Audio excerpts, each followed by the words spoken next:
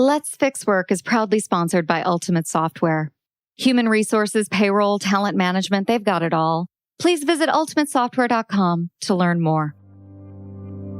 Hey everybody, welcome to Let's Fix Work. I'm Lori Rudiman. Today's show is all about wellness and well-being, and I've got an expert who's a great guest. Her name is Dr. Laura Hamill, and she is the co-founder, chief scientist, and chief people officer of a company called Limeade. This is not a commercial for Limeade. You are not about to listen to someone just go on and on about her company. Dr. Laura Hamill and I have a great conversation about what it means to be a whole, healthy, functioning adult in a non-toxic work environment and the actual work it takes to get there, to build a productive environment where people enjoy their jobs, respect one another, and have boundaries, and actually can go home and enjoy their lives. If you've ever thought about wellness or well-being and wonder if it's just a fad, I think you're going to love this episode. So sit tight and I'll be right back with more of Dr. Laura Hamill and Let's Fix Work. Work is broken, and so is the way you think about it. Host Lori Rudiman is picking up the pieces so you can take control of your career, put yourself first, and be your own HR. With the Let's Fix Work podcast, here's Lori. Hey, Laura, welcome to Let's Fix Work. Hi, Lori. Thank you. Laura, I know who I am, and I sort of know where I am, but people would love to know who you are and where I am and what I'm doing here. Yes. So let's talk about it. You're at the Limeade headquarters, and Limeade is an employee experience technology company. I am the chief science officer and the chief people officer here, and you're in Bellevue, Washington. Yeah, that's true. So what is Limeade? What do you do for folks that no one else does in the market? Yeah, so we are very focused on trying to create an integrated and really positive employee experience. The way we do that is we focus on the concepts of well-being, employee engagement, inclusion, and communications. And you do that all in one platform, is that correct? That's exactly right. It's a platform that we offer to our customers to try to create a place where their employees know that the employer cares. You've got a really creative title at the organization, Chief People Officer and Chief Science Officer. We know those aren't two separate skill sets anymore, but aren't they? I mean, you're doing it. So yeah. What is that? So my background is in organizational psychology. So that's what my PhD is in. So I get to study people, right? Mm-hmm. And so my whole career before coming to Limeade was focusing on employee research. So I've always focused a lot on employee engagement and organizational culture. And so here at Limeade, I get to do that research still. But then I also work on trying to make sure Limeade is a great place to work. We really feel like there's some integrity in all those things we're telling everybody else to do. We better be doing that stuff ourselves. So that's why I have both of those roles. That is pretty fascinating because I work with a lot of HR tech companies and they're experts in X or they're experts in Y and they don't do it themselves, right? Yes. So what's the struggle like? I mean, it must be challenging to have that chief people officer role, knowing that you have to drink your own champagne. Yes. You have to literally be what you say you are. How do we say drink our own Limeade, right? It is hard. It's also hard in a growth company, right? Where you're moving fast, you're hiring a lot of people, but we are so committed to this. I've been very proud that since the beginning, since I helped start the company 13 years ago, since the beginning, we knew that we needed to do that, right? So it's not something we're just trying to do right now. That said, it still is hard work, right? Because it's like a microphone for anything that doesn't kind of feel with creating a place that's a great place to work. You know, anything that doesn't feel like that, our employees let us know, and we want them to, for sure. It is hard, but it also is very satisfying, right? When you see the stuff come to life. And it's also great. Our employees can talk about it. Like at Limeade, this is how we do it, or this is how I experience it. So when it goes well, it can really be powerful. I bet. You're not just a chief science officer. You're not just a chief people officer. You're also a co-founder, but you started out in the world of research and psychology, right? So how did it, and by the way, North Carolinian, right? So I'm super excited to have you on the show today. Thank you. Tell us a little bit about your journey, because I would imagine when you started out in the world of psychology and research, being a tech founder probably wasn't on your immediate radar. Not even close. No? Well, no, it was just really interesting the way it all happened. So I worked, kind of one of the biggest jobs that I had was working at a large technology company, and I was in charge of the employee research group. So I got to do really cool things pretty early in my career. Big employee engagement survey, culture work, leadership competencies, that kind of stuff, right? So I had a really good exposure. And even in that job, I had 10 organizational psychologists reporting to me. It was pretty amazing. A big job. It was a big job. It was awesome. I actually, though, got to the point where I was kind of over it, honestly. I got to the point where I just didn't want to go to work every day. There were some, things that were happening that were kind of about politics that I just kind of got over. And other things were happening at the same time. I found out that I had 2 autoimmune diseases. That happened. Yeah. I had 2 small kids at the time. Now they're old, but at the time they were little, and that was really hard. And they were starting to be old enough to tell me like how I was impacting them and how me working so much was impacting them. So you were disappointing them is what you were saying. Pretty much. Pretty much. Right. What my son actually said to me one day at 6 years old, he said to me, "Mommy, why do you worry all the time?" And that was heartbreaking, right? Like, I didn't think that that's who I was. So there's a whole series of things that happened that made me realize I need to change something. Decided that I wanted to start my own business. I was going to quit that job and then do a lot of the same things, but in a consulting capacity. I felt like it helped with flexibility and kind of more of a sense of ownership. So quit that job. Started my own business. My first customer was Henry Albrecht. Henry is the CEO of Limeade, and he just had an idea and he needed some help with it. And so we got together and started to really do the work that was around me going and looking at the literature and the research on this topic of well-being. And so from that, created our first model, created our first assessment. In fact, the assessment we still use today. My goodness, it's so fascinating that you found your partner in crime right away. What was it? Because so many people do have an idea or they meet someone and they partner up and it goes sour pretty quickly. Right. So, or it doesn't, it's fine, but then it goes off a cliff at some point. Right. It has not gone off a cliff for you. No. So what is it about your chemistry that makes you good co-founders? So I think the very first thing was our curiosity. I think both of us completely hit it off because we loved what we were talking about so much. And we were just digging in and getting more and more excited about it. So I think curiosity was a big part.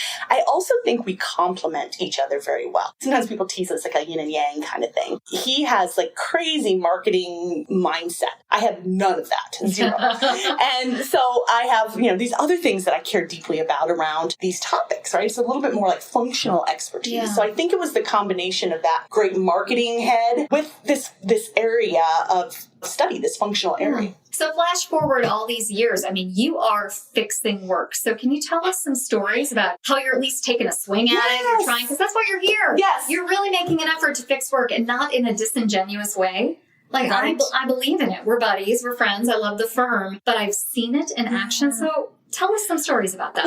You're right. We're all about fixing work. That's really what we're trying to do and really change the mindsets around how these big employers think about what they're supposed to be doing for their employees. At the heart of this whole thing is this concept of well-being. We think that quality of life is probably one of the most important things for us to be thinking about, right? Individually and also in organizations. We know through our research that when an employer cares authentically about people as human beings, great things happen. You get better business results. And so that's what we're trying to do with our customers is really help them see that authentically caring about their employees is better for their employees and it's better for their business. But what a difficult model, because most people don't want to entertain the time, the energy, the effort, the budget to give a rip. Yeah. They don't. I know. It's a lot of work. I know. But I think you've hit upon a way to do it where it's not such a heavy lift. That's right. Hey, this is William Tincup, and I'd like to talk to you a little bit about Practitioner Corner podcast.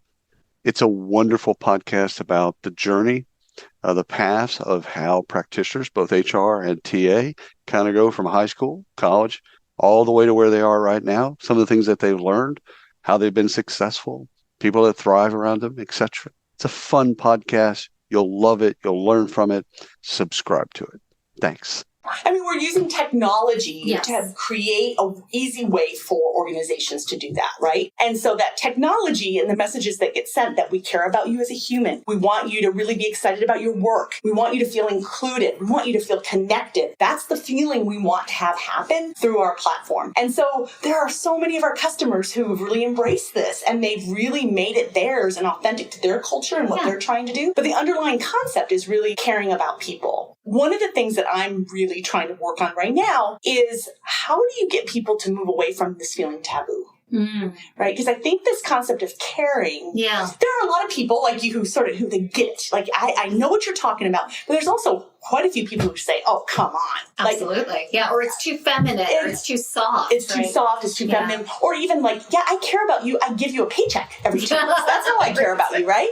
Sounds like my grandparents. Right. It is. I think there is a generational kind of way of thinking about this. But how can we break down that taboo? And the way we are approaching it is we're trying to break that taboo down through science. I want people to see that it feels good. Absolutely. But let me show you what the science says about caring about people. And there's actually some really good academic science around the impact you can have when you care about people, the business impact that happens. And even what does that caring look like? Yeah. And so that's really what we're trying to help our customers see is, it feels good, but let us show you that it's better for your business through the science that we have. Well, tell me about one of your customers, because I know you have great customer stories. And so I think people love what you're saying, right? I'm sure they believe in it in theory, but you've got some actual case studies to show that this is paying off and it's paying off big. Yeah, absolutely. I think one of them that I think is like the most complex one is the state of Washington. So one of our biggest customers is the employees of the state of Washington. And so you can imagine that there's all these different agencies or departments within the state of Washington, right? And wait, all different kinds of jobs as well, right? All right. Department of Wildlife, Department of Natural Resources, right? There's all these different groups, and it makes this whole thing really complicated. What's neat is the governor is you can think of the Uber leader, and he is a great voice for this program. And so he says a lot of really positive things and encourages everybody to participate and to do the things that we would think of. But there's some interesting kind of ways we've tried to really personalize this to these different agencies and different agency needs. One of the stories that I've heard in this is the Department of Corrections. So think about trying to focus on the well-being of your employees when you head up the Department of Corrections. Oh my God, I wouldn't want that job for $1 million. I mean, that's challenging, but we need it in our society, right? Our society has said we need these jobs and we need these people to function at a high level and be healthy, right? Completely. And it's really dangerous. It's dangerous work, right? Yeah. It's, I'm sure, emotionally draining, probably really easy to get jaded, be defensive about, like not even wanting to engage. Right. So the Secretary of the Department of Corrections was trying to get people to participate. And so he said if people reached a certain level of completion around the assessment, the well-being assessment, that he'd do an 8-hour shift on the floor. And that was really motivating for them, for him to come and see and experience what their job really is. So instead of giving people a gift card or something like that, $5 gift card, let me come and be with you and really feel what your job is like. And I just thought that was such a great little example of something positive that happened. And the way that it got reinforced was a deeper understanding.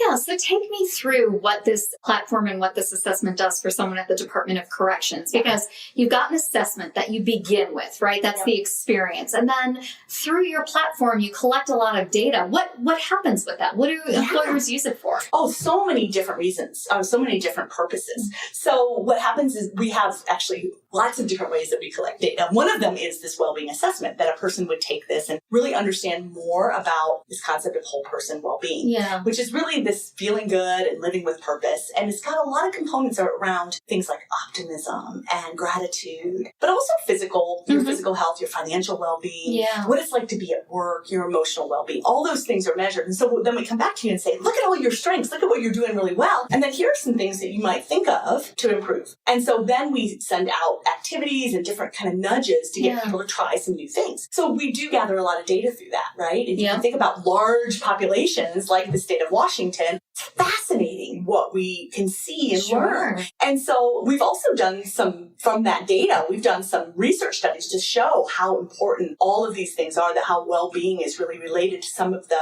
kind of people results they care about and some of their business results. So we can do that kind of analysis, but we also have dashboards that we look at where we can look at turnover, we can look at levels of engagement, and we're not talking about just participation. We're talking about the engagement of that deep connection and sense of purpose you can have at work. So we have ways to measure all that. We also have a burnout measure. Now, burnout is something that I think is such an interesting topic. And there's so much that I think organizations are not paying attention to when it comes to burnout. Hey everybody, it's no secret that I love and believe in the future of human resources. More importantly, I believe in you.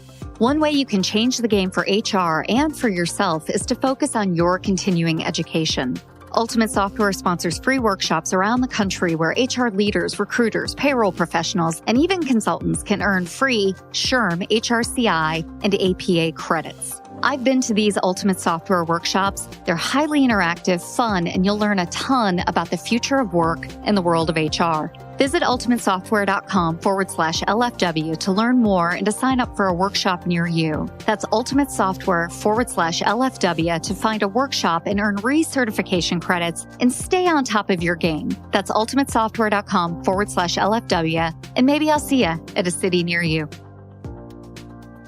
When you pay attention to burnout, then you have to be accountable for the attributes that cause burnout. Exactly. So talk a little bit about the science of burnout, because I'm sure it's just overwork or overburden, but also people bring their own stuff to work, right? And that kind of exacerbates the situation at work, and you can burn out just from life circumstances. Yes, completely. Yeah. So this topic is fascinating to me. I think actually when I was telling you the story about where I was before and how this whole thing started, I actually think I burned out. Yeah, I think sounds that's like it. what had happened. Yeah. And so the idea of burnout, I think, is fascinating because it starts with this idea of caring so deeply that you're really sacrificing everything. People who don't care about their jobs don't burn out, right?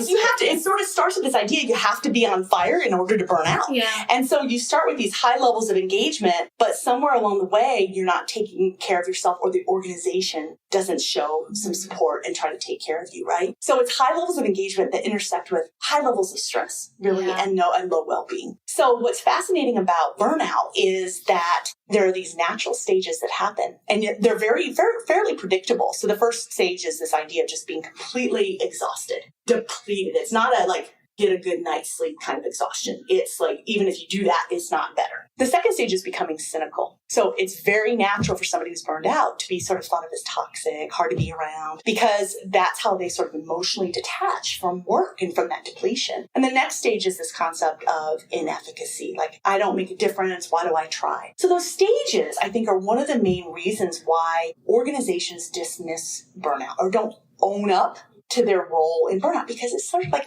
people who are negative and toxic.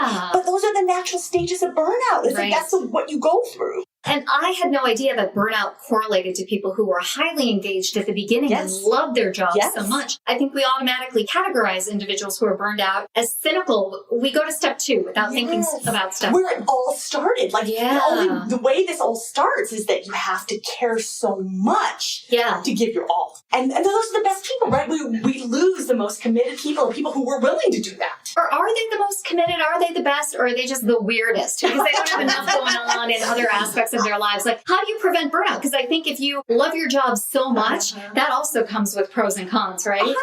Yeah. And we sort of have this going on at Limeade. We have extremely high levels of engagement, but I'm really worried about our levels of burnout, right? Because we have so many people who are so invested in what we're doing, care so much. So I think the trick is, how do you make sure there's well-being in the picture, right? That they're taking care of themselves, that you're supporting them, that you're encouraging them to take care of themselves. And the crazy thing about burnout is it also tends to go hand in hand with things like alcohol abuse, divorce. And so that's really complicated. You were talking about people bringing their own baggage and their stuff, right? That's another reason why burnout is such a difficult topic for organizations to get their hands around, because it's always complicated. Yeah, it's messy. It's messy. But we know that burnout is a huge problem. And talk to any tech company that's around here, they'll tell you burnout is a big problem. And if you look at the academic research on this, the causes of burnout are organizational. There's some really great research around the role of the manager, not feeling like you have support, feedback, breakdown in trust. All those things are the reasons why people actually burn out. And very few organizations kind of own up to their role in it. No, they want to ignore it, or they want to go, and you're right, blame the alcoholism or blame the divorce, right? And that's just a symptom. It is that's fascinating to me. Well, you talked about data that's being collected in this process, and I'm fascinated by this because we in the workforce, we may not realize it. I'm going to use a word you may disagree with, but I'm going to use it. We're surveilled all day long. We are just watched, whether it's through our internet usage or through the Internet of Things, knowing where we are in the office or whatever. I mean, organizations know a lot more about us than we even know they know. And there's just so much data being collected. what's the responsibility for tech companies to start talking about this? Yeah. And what's the responsibility to let employees know what's going on and how they're being watched and what's being done with their data? Yeah, I think there just has to be so much transparency around this and have people even know what's being gathered. I also have sort of a different take around, I don't know how much a lot of this stuff tells us. Honestly, like to know how much I'm on my computer or on the internet, like I care a lot more about what's happening in here and how people feel about things. Yes. And that I worry that sometimes we think that all this other data is going to really be a proxy for what people really feel about work, and that we're going to stop asking people. Mm-hmm. And I really don't want to get to the point where we're not asking people. I think that's what we should be leading with. So a lot of times we have people who are data scientists who work here who are like, they want to gather all this extra stuff. And I'm trying not to be that old stodgy. No. But I really do think asking people directly is the best approach. But on top of that, let's be honest with people what we're gathering, right? Well, it's so true. And I read about all these trends around badges and where you are in the office and, communicating information that way and who you're interacting with. I mean, badges can talk to one another now at certain companies. It's really fascinating. And I think you're right. Transparency is the key, but it's the key for all of this. Like why we're doing what we're doing is a conversation we don't have enough of with employees. So why are we asking them to participate in a well-being program? Why do we want this? Yes. A lot of times we're not honest about it. I know. And we do crazy stuff. I see this happen all the time. If you participate, we'll give you a gift card. But the whole point of this thing is we care about you as a person. We want you to have a great life. That's why we want you to participate. Yeah. And we sort of forget to tell people that. Or, that we're not authentic with that actually being true. So to me, the whole point of well-being and wellness programs, it really gets missed. And we forget to talk about the why. So you have some clients who do talk about the why or are doing well-being really, really well. And I know you've mentioned Black & Decker as an example of a client that you're really proud of. So can you tell us that story? Sure. So what I think is really cool about what they do is their leader, their CEO, cares deeply about the concept of purpose. Yeah. And really seeing that there's so much power when people feel a sense of purpose. And so they've done so many cool things through our program, but in other ways too, to connect individual employees to their own personal purpose. So when I see leaders who get this kind of bigger thing, this higher order construct, and are trying to do something real about it, that to me is what it's all about, right? Yeah. Like, this idea of quality of life and how really helping and encouraging your employees to have that, right? It's just so meaningful. Looking for the inside scoop on payroll? Whether you're a payroll pro or just curious about your paycheck, we've got two podcasts you cannot miss. It's About Payroll delivers the latest trends for payroll pros, and It's About Your Paycheck is here for employees, breaking down pay and rights in simple terms. Two great shows, two great hosts, and endless insights to keep you informed and empowered. Subscribe now and elevate your payroll knowledge. Brought to you by Work Defined, where payroll meets people. I think there are so many individual contributors or leaders or directors who believe in this concept of well-being, but it stops there and it's not up at the top. And we have this trope that, leadership, everything that you need to do needs to start at the top. What if you're kind of in that middle? Yeah. How do you effectively bring forth the values of well-being, of wellness, of caring, of giving a damn, even if your leaders aren't bought in? There's this model we use that's called organizational support. And it's based on academic literature. It's got a lot of really good research behind it. So we use that as a simple way of talking about the things that need to happen for employees to feel like this is real. And so what I would say is managers can play the biggest role. In fact, in the research that we did some interesting work called relative weights analysis, where we put all 8 components of this organizational support model into a statistical model to see which ones were the strongest predictors. And probably no surprise, managers came out as the strongest predictor of feeling supported for your well-being. Yeah. So what I encourage people to do in the most simple level, what if managers actually said, how are you doing? Well, what an and maybe idea. listened. And listened Right. and acted on that, Yeah. but authentically cared about Right. how this person is doing. What if in our one-on-ones, it wasn't just status reports and, tell me what's going on with that project. And it was started with, tell me how you're doing. What's going on with you? How can I help? Right? That to me is the most basic, fundamental way that this can all come to life. I've heard you tell stories around the power of gratitude, the power of recognition, how you see this playing out here at Limeade and within your clients as well, who are getting it right. What is the power of gratitude and recognition? Because those are buzzwords right now, right? I mean, everybody's supposed to go around and have a gratitude practice and be grateful 6 times a day. And it's like a lot of work. It's just a lot of work to show up to work some days, let alone to be grateful. Right. But yet, gratitude correlates with high functioning companies, and so does recognition. So can you talk a little bit about that? Absolutely. Those topics are from a, again, more science perspective.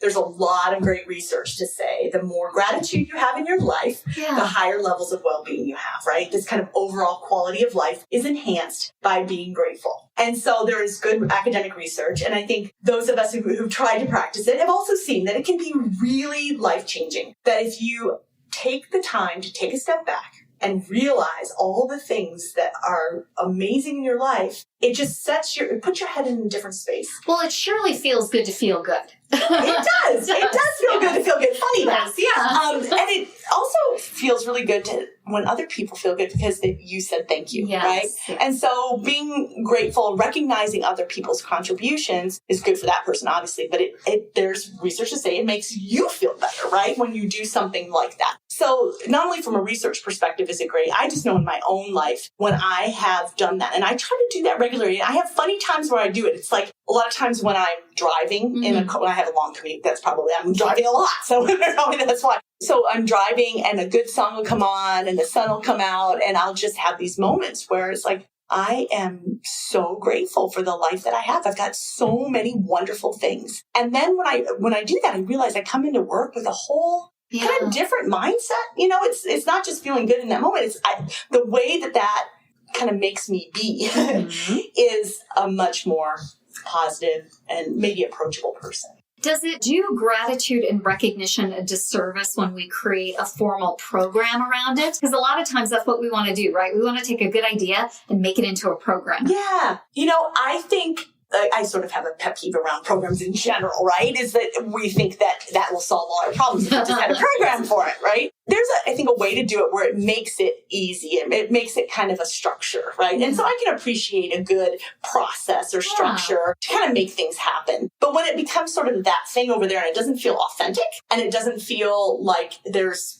a human element to it, I think that's when they fail. And so what we always try to do, in fact, we just did this morning, we have a new kind of approach to how we think about, we call it we're a team. It's aligned to our values. And so what I think is so important is to have a human being present it and say why, talk about the why and make it feel human and not just about the little thing that we use to represent it, right? Or to make it compliant, right? I mean, so much of this is compliance. Gratitude is not compliance driven. So you actually get an opportunity if you're thinking about instituting formal gratitude practices or recognition or conversations to do it in a different way because it's not mandated by the federal government that you are grateful. And that's just crazy, right? If you have to do it or if there's a certain number you have to reach, that's insane, right? Because of course, you know what happens, right? People just do it because they're supposed to do it. The compliance thing. The whole intrinsic versus extrinsic motivation of a lot of things that we do in human resources, there's a lot of opportunity to make it better.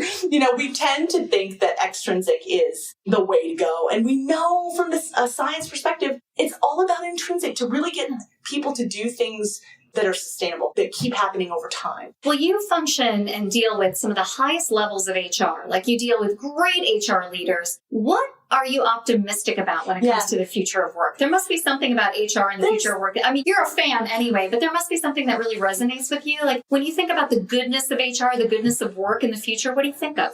I am so thrilled to see the evolution of this idea of caring about people. When we first started and we were creating this company, people laughed at us and told us we were crazy, right? And what I love now is that organizations come to us and they get it and they want to do it and they want to be authentic about it. that gives me so much hope, right? To see that kind of evolution. Now, of course, it's not every organization, and there's a lot of organizations that aren't good fits for us, but there are a lot more. And these are big companies, like company brand names you recognize, who have an authentic commitment to caring about their employees. In fact, even saying the word love, it's crazy. So I think that the evolution and that kind of connection to me, to the stuff that's meaningful, the substance, right? That is very hopeful to me.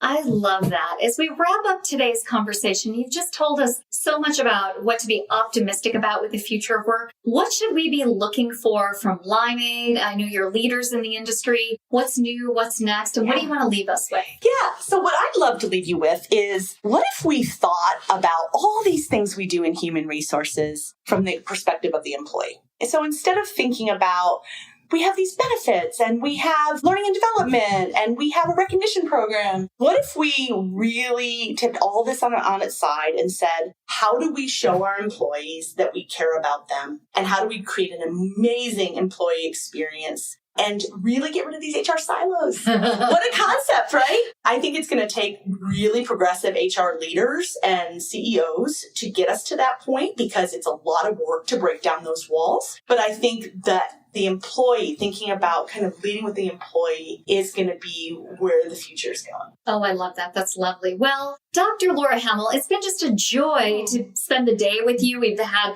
a couple of hours together. It's been really fun. If people want to find you on the internet, connect with you, learn more about you and your journey, or Limeade, where can they go? Yeah, so they can go to limeade.com. They also can go to laura@limeade.com. I'm happy to interact and talk with people. That would be really fun. And I just appreciate you so much, Lori. That was really fun and great talking with you. Yeah, it's been just a fantastic day. I do have to ask, are you on LinkedIn? Oh, sorry.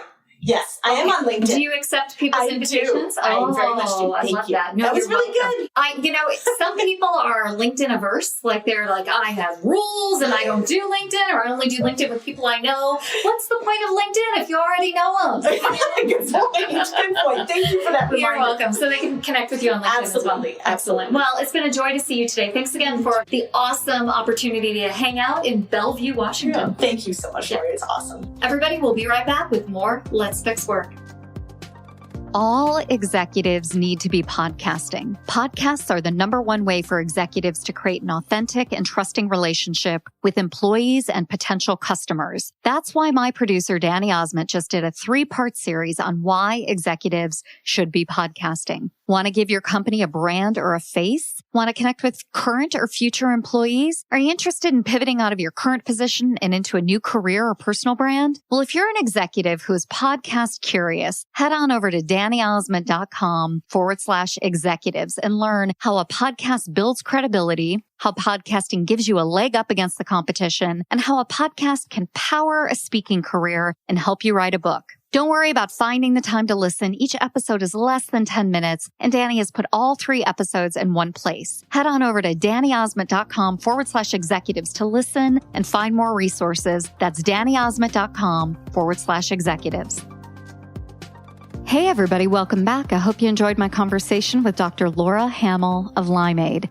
To learn more about wellness, well-being, and the employee experience, have a look at our show notes and feel free to visit Limeade or connect with Dr. Laura Hamill online at LinkedIn.